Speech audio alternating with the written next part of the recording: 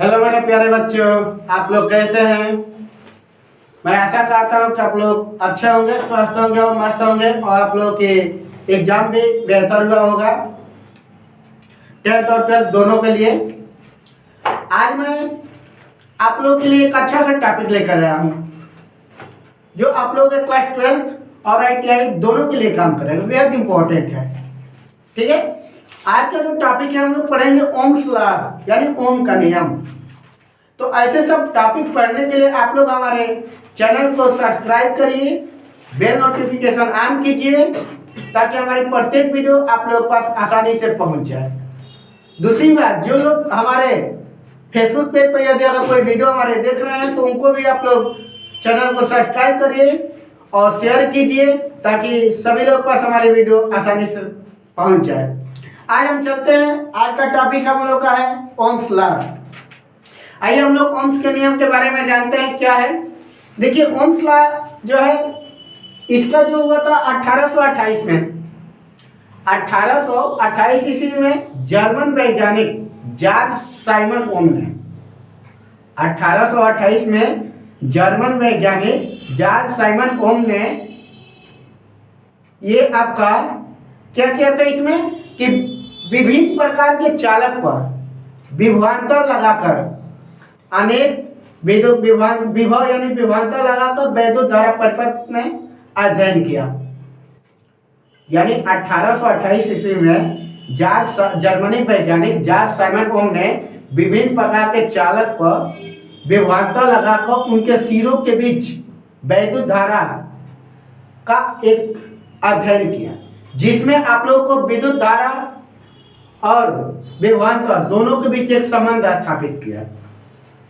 ठीक है, तो उसमें होता है क्या है कि जो भी हम ओम्स के नियम के अनुसार है कि आपका कि यदि किसी चालक की भौतिक अवस्था है, कोई भी चालक रहेगा उसकी भौतिक अवस्था है जैसे ताप, दाब आदि अपरिवर्तित रहे तो उसके सिरों पर लगाया गया विभवांतर उसमें प्रवाहित वैद्युत धारा के अनुक्रमानुपाती होता है। ये आप लोग नोट करके लिख भी सकते हैं, इसलिए हमने आप लोगों के लिए पहले से लिख दिया है कि यदि किसी चालक की भौतिक अवस्था है जैसे ताप, दाब आदि अपरिवर्तित है तो उसके सिरों पर लगाया गया विभवांतर उसमें प्रवाहित वैद्युत धारा के क्या है, ये अनुक्रमानुपाती होता है।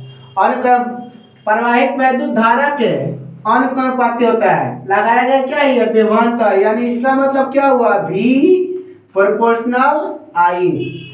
क्या होता है, V प्रोपोर्शनल I। यानी जब भी प्रोपोर्शनल लगता है तो एक कांस्टेंट आएगा और यहाँ पर जो आपका आएगा V बराबर क्या होगा आपका RI, जहां आपकी R क्या है, अनुक्रमानुपाती नियतांक है। क्या है, अनुक्रमानुपाती नियतांक, इसको लिख दीजिएगा। ठीक है ना, नियतांक है जिसे हम क्या कहते हैं, चालक का वैद्युत प्रतिरोध भी कहा जाता है। ध्यान दीजिएगा, अनुक्रमानुपाती नियतांक है जिसे हम क्या कहते हैं, चालक के वैद्युत प्रतिरोध भी कहा जाता है। यानी V प्रोपोर्शनल I, V बराबर RI, जहां R आपका क्या है, अनुक्रमानुपाती क्या है, नियतांक है। ठीक है, अनुक्रमानुपाती नियतांक जिसे चालक के वैद्युत प्रतिरोध भी कहते हैं। अब आइए इसके मतलब कुछ ग्राफ होते हैं, ठीक है ना, V और I के बीच। मान लीजिए ये ग्राफ जो होगा ये आपका है, ठीक है, ये ग्राफ है, यहाँ पर यानी क्या होगा V और ये आपका क्या होगा I। ठीक है, V यानी विभव यानी वोल्ट, I यानी करंट यानी एम्पियर, और ये मान लीजिए आपका O है। और यहाँ से जो इसकी ग्राफ बनेगा बाबू, ये आपका क्या बनेगा, एक दिशा रेखीय बनेगा यहाँ पर, यानी ये आपका क्या बनेगा, P। ठीक है ना, अगर मान लीजिए कि यहाँ से हम ये कर देते हैं और ये आपका ये हो जाएगा यहाँ से, ठीक है, तो ये धातु चालक हो जाएगा। क्या हो जाएगा, धातु चालक। यानी अगर आप यहाँ से जैसे हम निकालेंगे V बराबर RI, यानी R नियतांक आपको हम बता दें क्या, अनुक्रमानुपाती नियतांक है जिसे हम चालक के वैद्युत प्रतिरोध कहते हैं। ठीक है ना, तो आप चाहोगे तो यानी क्या होगा, V अपान I बराबर, इसमें हम क्या लिख सकते हैं, R लिख सकते हैं। ठीक है ना, V बराबर I इंटू R, या इसको भी ऐसे भी लिख देंगे कि V बराबर क्या होगा, I इंटू R हो जाएगा। जब प्रोपोर्शनल हटेगा तो एक क्या होगा, कांस्टेंट आएगा। वो कांस्टेंट आपका क्या है, आर है, जिसको हम क्या बोलते हैं, वैद्युत प्रतिरोध दिखा है। प्रतिरोध का जो काम होता है धारा के प्रवाह में रुकावट उत्पन्न करने का काम करता है।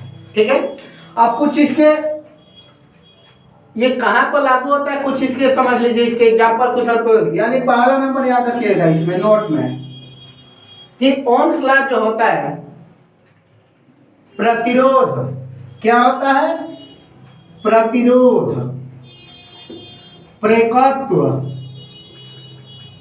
और संधारित्र। ध्यान दीजिएगा, ओम्स लॉ जो होता है प्रतिरोध प्रेरकत्व और संधारित्र पर ही लागू होता है। ओम का जो नियम होता है प्रतिरोध प्रेरकत्व और संधारित्र पर ही लागू होता है। यह बेहद इंपॉर्टेंट है, इससे जो ऑब्जेक्टिव टाइप के क्वेश्चन बनते हैं ध्यान दीजिएगा आप लोग कि जो ओम का नियम होता है किस पर लागू होता है, प्रतिरोध प्रेरकत्व और संधारित्र पर आपका लागू होता है। 2 नंबर याद रखिएगा, ओम का जो नियम होता है एक रेखीय और द्विदिशात्मक, रेखीय क्या होता है, रेखीय द्विदिशात्मक, क्या बोलेंगे इसको आप, रेखीय और द्विदिशात्मक परिपथ में काम करता है। ओम का नियम कहाँ काम करता है, तो रेखीय परिपथ में, द्विदिशात्मक परिपथ में ये काम करता है। क्लियर। 3 नंबर पॉइंट आप याद रखिएगा कि ओम का जो नियम होता है एसी और डीसी, एसी व डीसी दोनों पर काम करता है। ध्यान दीजिएगा, ओम का जो नियम होता है एसी और डीसी दोनों पर कार्य करता है। एसी का नाम होता है अल्टरनेटिव करंट और डीसी का मतलब है डायरेक्ट करंट। ठीक है, प्रत्यावर्ती धारा और डायरेक्ट करंट यानी ठीक है दृष्टि धारा। ध्यान दीजिएगा, 4 नंबर में एसी के लिए होता क्या है समझ लीजिए। एसी के लिए कुछ अंतर नहीं होता, बस थोड़ा सा फर्क होता है।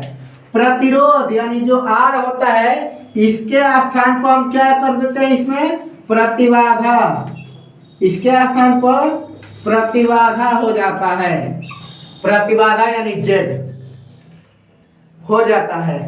ध्यान दीजिएगा, मैं बार बार इस बात को बोल रहा हूं कि आप लोग का 3-4 क्वेश्चन यहाँ से ऑब्जेक्टिव बनेगा।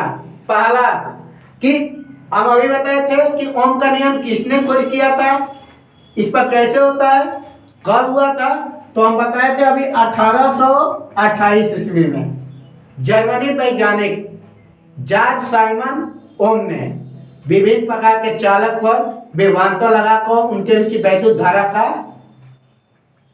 अध्ययन किया, जिसमें विद्युत धारा और विभवांतर एक संबंध स्थापित किया। हम आपको बता ही दिए किसी चालक की भौतिक अवस्था है, जैसे ताप दाब आदि अपरिवर्तित रहेगा तो उनके सिरों पर लगाया गया विभवांतर प्रवाहित वैद्युत धारा के क्या होता है, अनुक्रमणपाती होता है। V प्रोपोर्शनल आई, जब प्रोपोर्शनल हटेगा तो एक कांस्टेंट आपका आ जाएगा, V बराबर R है, यानी V बराबर क्या होगा I इंटू R। R आपका क्या है, अनुक्रमणपाती नियतांक है, जिसे हम चालक के वैद्युत प्रतिरोध कहते हैं। ठीक है, ग्राफ से देखेंगे तो ये क्या होगा, ये आपका विभव है और ये आपका करंट इसके वाले का प्राप्त हो जाएगा, यानी क्या होगा V बाई I बराबर R यहाँ से हो जाएगा। कुछ नोट्स हैं इसमें आप याद रखिए जो आपको कॉम्पिटिटिव एग्जाम में भी आपको पूछे जाते हैं कि ओम का नियम किस पर लागू होता है, किस पर काम करता है, इसे समझिए। तो जो ओम से होता है प्रतिरोध प्रेरकत्व और संधारित्र पर ही लागू होता है। किस पर लागू होता है, प्रतिरोध प्रेरकत्व और संधारित्र पर ही लागू होता है। दूसरा, ओम का नियम रेखीय परिपथ द्विदिशात्मक परिपथ में काम करता है। ओम का नियम, ओम्स लॉ जो होता है रेखीय परिपथ द्विदिशात्मक परिपथ में काम करता है। तीसरा, ओम एसी और डीसी दोनों पर कार्य करता है। ओम का जो नियम होता है एसी और डीसी दोनों पर कार्य करता है। पर क्या है कि एसी के लिए प्रतिरोध जो आर होता है उसके आधार पर प्रतिबाधा जेड हो जाता है। एसी के लिए क्या होता है, जो प्रतिरोध आर होता है उसके आधार पर क्या प्रतिबाधा जेड हो जाता है। तो इस तरह से ये आपका क्या हुआ, यहाँ पर टॉपिक कंप्लीट हुआ। ठीक है, धन्यवाद।